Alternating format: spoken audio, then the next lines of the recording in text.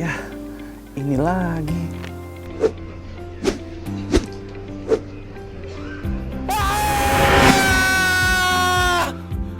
Mah, sepertinya asuransi lebih penting buat masa depan kita. Sepertinya investasi deh kayaknya yang lebih penting.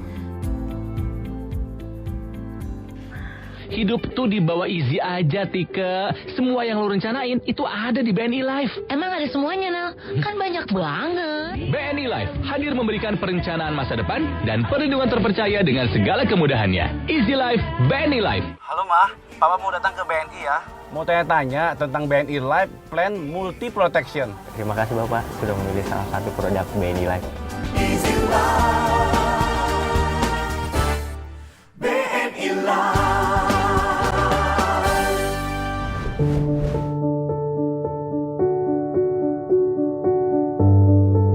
Halo, perkenalkan, nama saya Dr. Reza Fahlevi, dokter spesialis anak di Rumah Sakit MMC Jakarta. Infeksi COVID-19 dapat juga terjadi pada anak-anak. Menurut Ikatan Dokter Anak Indonesia atau IDAI, sekitar 12,8% kasus COVID-19 terjadi pada anak-anak dengan angka kematian mencapai 1%. Tentunya hal ini membuat para orang tua khawatir mengenai infeksi COVID-19 pada anak. Lantas, apa yang harus diperhatikan oleh orang tua jika anak terkonfirmasi COVID-19? Spektrum gejala COVID-19 pada anak sangat luas, dari mulai tidak bergejala sama sekali hingga gejala berat bahkan dapat mengancam jiwa. Gejala umumnya yang terjadi adalah berupa demam, nyeri tenggorokan, batuk, pilek, lemas, nafsu makan berkurang, juga dapat disertai gejala lain seperti misalnya diare, muntah, kemudian kejang, penurunan kesadaran, dan lain-lain. Tidak tergantung derajat penyakitnya. Jika anak tidak bergejala atau hanya mengalami gejala ringan saja, maka anak tidak perlu dirawat di rumah sakit. Tapi jika anak mengalami gejala sedang atau berat, atau memiliki komorbid ataupun penyakit kronik sebelumnya, maka sebaiknya anak dirawat di rumah sakit agar terpantau kondisinya dari hari ke hari. Adapun gejala sedang dan berat yang mengharuskan anak untuk dirawat di rumah sakit adalah berupa adanya sesak nafas, nyeri dada, kemudian ada kejang, tanda dehidrasi, atau demam yang terlalu tinggi di atas 40 derajat. Oke, yang pertama kita harus mempersiapkan siapa yang akan mengasuh anak. Kemudian kita siapkan ruangan khusus untuk isolasi anak. Jangan lupa juga siapkan alat pengukur suhu anak dan juga pengukur saturasi oksigen. Nah, jangan lupa untuk menyiapkan masker dan juga hand sanitizer untuk digunakan oleh pengasuh saat masuk ke dalam ruangan anak. Yang pertama, jangan lupa penuhi asupan nutrisi anak baik makro maupun mikronutrien. Asupan cairan juga harus diperhatikan dengan cukup, istirahat yang cukup, kemudian pantau gejala anak. Jadi pantau suhu dan juga saturasi oksigen minimal 2 kali per hari, yaitu pada pagi dan sore hari. Jika anak mengalami gejala-gejala yang mengharuskan dia untuk dirawat inap seperti tadi, ada tanda dehidrasi, ada sesak nafas, nyeri dada, penurunan kesadaran atau kejang, jangan lupa langsung hubungi rumah sakit ataupun dokter yang merawat anak-anak selama pemantauan isolasi mandiri. Jika ibu positif COVID tapi memiliki gejala ringan atau tanpa gejala, maka masih diperbolehkan untuk menyusui secara langsung. Tapi jika ibu mengalami gejala sedang ataupun gejala berat, maka dapat dipertimbangkan alternatif pilihan lain seperti ASI perah atau ASI donor. Jika ibu dengan tanpa gejala atau gejala ringan memutuskan untuk mau menyusui anak secara langsung, maka jangan lupa untuk menerapkan protokol kesehatan semaksimal mungkin.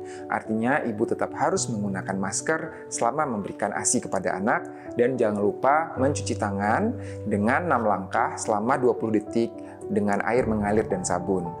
Jika ibu memilih untuk memompa ASI, maka jangan lupa tetap menggunakan masker, mencuci tangan, dan juga membersihkan botol serta peralatan untuk memompa ASI sebelum dan sesudah memompa ASI. Jika kondisi kesehatan anak memburuk atau menurun, misalnya terjadi penurunan kesadaran, kejang, ada tanda dehidrasi, nafas cepat, nafas tampak sulit, saturasi oksigen yang kurang dari 95%, atau demam tinggi lebih dari 40 derajat, maka jangan lupa segera mengontak rumah sakit ataupun dokter. Anda juga bisa menggunakan layanan telemedicine dari Rumah Sakit MMC Jakarta.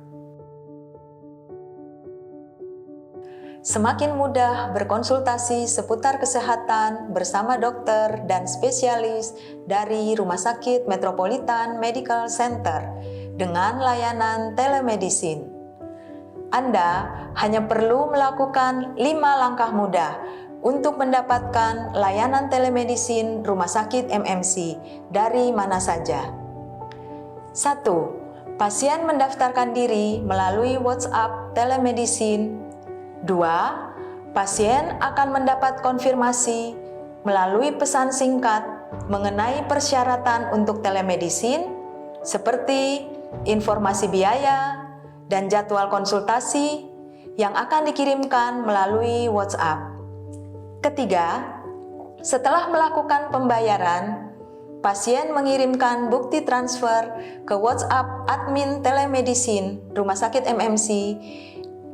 Keempat, link Zoom telemedicine akan dikirimkan pada pasien 2 jam sebelum telemedicine dimulai. Kelima, pasien sudah bisa melakukan konsultasi secara virtual dengan dokter sesuai dengan jadwal yang dikirimkan petugas admin telemedicine. Jangan lupa untuk memilih tempat dengan pencahayaan yang baik agar tampilan video terlihat jelas. Jika setelahnya pasien menerima resep dokter, pasien tidak perlu khawatir mengenai bagaimana cara pengirimannya, karena Rumah Sakit MMC menerima pengiriman.